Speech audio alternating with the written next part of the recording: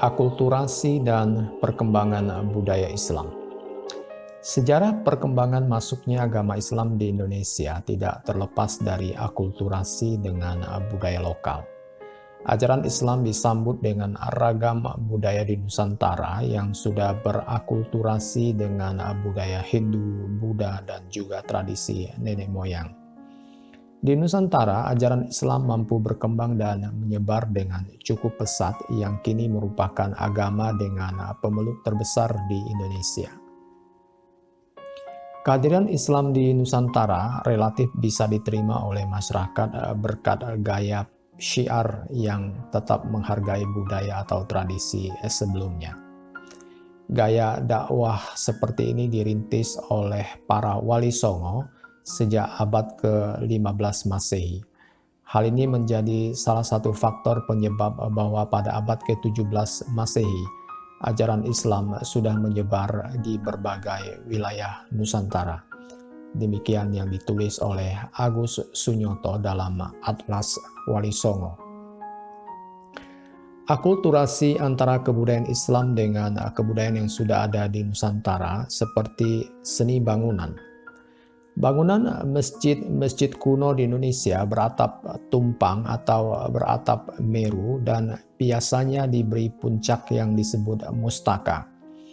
Atap tumpang adalah atap bersusun, semakin ke atas semakin kecil dan tingkat yang paling atas berbentuk limas. Jumlah tumpang biasanya selalu ganjil yang merupakan warisan budaya Hindu-Buddha. Ada yang 5 atau 3 tumpang. Atap meru adalah atap dengan 2 tumpang tapi disebut 1 supaya tetap ganjil. Masjid kuno Indonesia juga tidak ada menara yang berfungsi sebagai tempat mengumandangkan azan. Berbeda dengan masjid-masjid di luar Indonesia, pada umumnya terdapat menara pada masa itu. Untuk menggantikan fungsi menara, maka sebagai penanda datangnya waktu sholat, dilakukan dengan memukul beduk atau kentongan. Sebelumnya, beduk dipakai sebagai penanda waktu dalam peribadatan umat Buddha di Nusantara. Bentuk menara Masjid Kudus merupakan sebuah candi langgam Jawa Timur yang telah diubah dan disesuaikan kegunaannya dengan diberi atap tumpang. Pada Masjid Banten, menara tambahannya dibuat menyerupai mercusuar. Masjid juga dibangun dekat makam sebagai warisan budaya candi Hindu-Buddha. Makam para wali dan syekh juga dimakamkan di dataran tinggi yang menjadi warisan budaya punden Brundak zaman Megalitikum Nusantara. Contohnya makam Sunan Bonang di Tuban dan makam Syekh Burhanuddin di Pariaman. Makam Sultan Iskandar Sani di Aceh dalam sebuah bangunan berbentuk gunungan atau meru. Makam-makam yang lokasinya di atas bukit, makam yang paling atas adalah yang dianggap paling dihormati. Contohnya makam Sunan Gunung Jati di Gunung Sembung dan makam Sultan Agung di kompleks makam Imogiri. Kompleks makam yang mengambil tempat datar, misalnya di Kota Gede, orang yang paling dihormati ditempatkan di bagian tengah. Makam Wali Songo dan Sultan-Sultan pada umumnya ditempatkan dalam bangunan yang disebut cungkup. Contohnya makam Sunan Giri, makam Sultan-Sultan Kerajaan Demak, Kerajaan Banten, dan juga Ratu Kalinyamat. Ada jenazah yang dimasukkan ke dalam peti yang merupakan warisan zaman Megalitikum berupa peti batu, kubur batu, dan lainnya. Sering pula di atas kubur diletakkan bunga-bunga. Pada hari ketiga, ke-7, ke-40, ke-100, 1 tahun, 2 tahun, dan 1000 hari diadakan selamatan. Sesajen dan selamatan adalah unsur pengaruh kebudayaan pra-Islam, tetapi doa-doanya secara Islam. Sunan Ampel menyesuaikan tradisi ini agar tidak menyimpang dari ajaran Islam.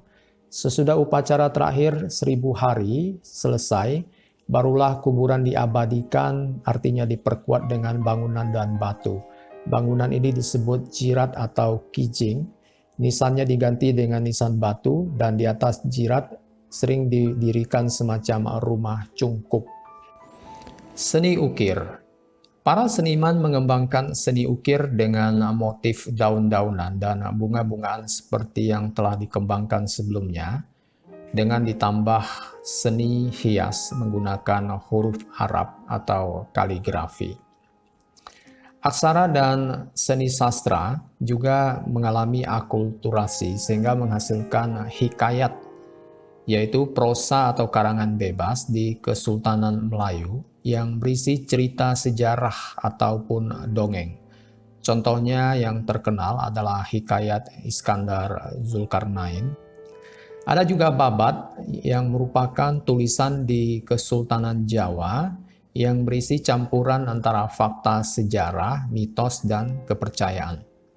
Di Kesultanan Melayu, padanannya adalah tambo atau salah silah. Contohnya adalah babat Tanah Jawi. Syair juga merupakan hasil akulturasi yang merupakan sajak yang terdiri atas 4 baris setiap baitnya. Contohnya syair yang ditulis pada batu nisan makam Putri Pasai di Minye Tujoh. Suluk adalah kitab yang berisi tasawuf, contohnya Suluk Sukarsa. Kesenian juga merupakan hasil akulturasi ini, seperti permainan debus, yaitu tarian yang pada puncak acara para penari menusukkan benda tajam ke tubuhnya tanpa meninggalkan luka.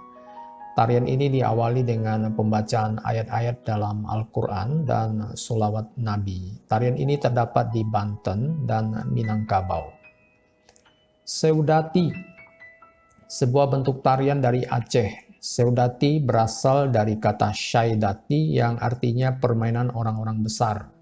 Seudati sering disebut saman, artinya 8, karena tarian ini aslinya dimainkan oleh 8 orang penari. Para penari menyanyikan lagu yang isinya antara lain sholawat Nabi. Wayang kulit dan wayang golek tentang Islam, yang sebelumnya menceritakan tentang kisah-kisah Hindu-Buddha. Gamelan dipakai oleh para wali untuk menarik minat warga agar menghadiri pengajian sebagai salah satu bentuk syiar Islam pada masa itu. Tembang-tembang Jawa juga sedikit diubah untuk kepentingan dakwah. Kalender. Sultan Agung memadukan kalender Hijriyah dan kalender Saka mulai tanggal 1 Muharram tahun 1043 Hijriyah menjadi tanggal 1 Suro tahun 1555 penanggalan Jawa, atau bertepatan dengan tanggal 8 Agustus tahun 1633 Masehi. Tradisi lainnya yang merupakan hasil akulturasi adalah upacara kelahiran dan perkawinan, kegiatan selamatan atau kenduri pada waktu tertentu, contohnya sekaten di Yogyakarta dan Surakarta untuk memperingati Maulid Nabi, dan ruahan atau nyadran untuk menghormati para leluhur atau sanak keluarga yang sudah meninggal.